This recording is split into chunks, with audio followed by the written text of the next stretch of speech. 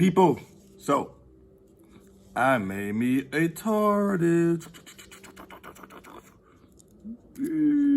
So I did a glow in the dark. Now I'm not sure if I want to paint it now. Cause it looks so good when it glows. Well, anyway, check out the process. Peace.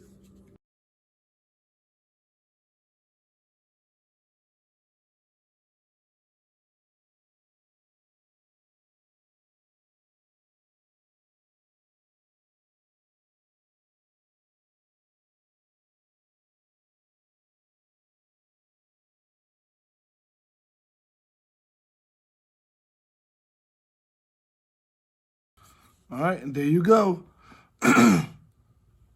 So I decided I'm not gonna paint this. It looked too cool to paint glow in the dark. So I also use inland filament that I got from my local micro center store. And this file I got from PLA Kit. Link is in the bio. So yeah. So also, it's bigger than inside. Bye.